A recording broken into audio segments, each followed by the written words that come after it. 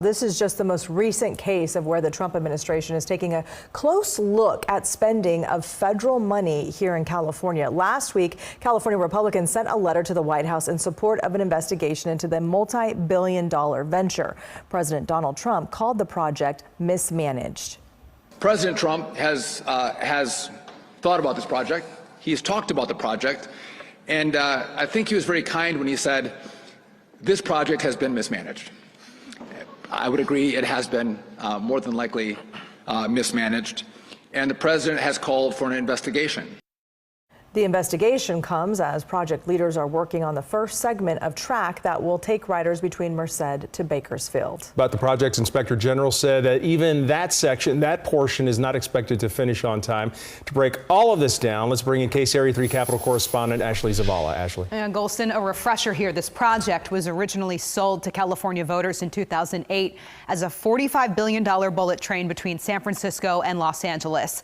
The project price tag has since swelled to more than $120 billion, and most of that money has yet to materialize. So at this point, the Trump administration and California officials do not seem to agree on the amount spent so far on this project. The state says $13.5 billion, while Transportation Secretary Sean Duffy said today $15.7 billion. Now, most of the funds have been from California taxpayers, not federal dollars. What Duffy announced today in Los Angeles is that the Trump administration wants to investigate how the roughly $2.5 billion in federal funds for the project have been used. They'll use this to decide if it's worth the $4 billion in funding the Biden administration recently approved for it. Duffy was met with protesters who tried to drown out the announcement. Here's what he said to them. If you want to go protest somewhere, if you want to shout at someone, go to the governor's mansion.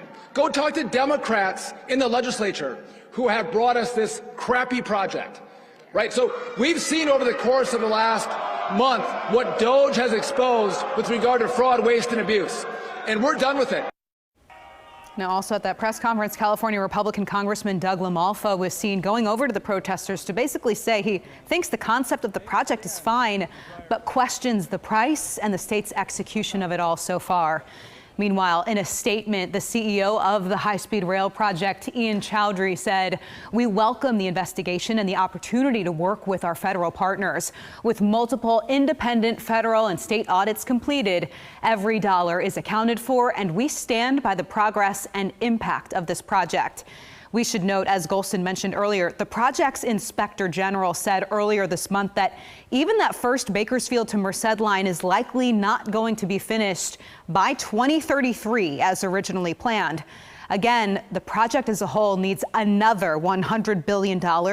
And without a federal partner in this, it could be even more challenging. Some might even say impossible for the state to actually make this happen. Back to you. Ashley, thank you. And there is another high-speed rail project under construction in Southern California. Yeah, it's a completely different one. It's called the Brightline West. That's a privately run high-speed rail route currently under construction right now to link the Las Vegas Valley to Rancho Cucamonga. That's in the greater LA area. The United States Department of Transportation awarding the project a $3 billion grant as part of the Infrastructure Investment and Jobs Act. Construction started last April, and the rail company says it hopes to be up and running in a few years in 2028.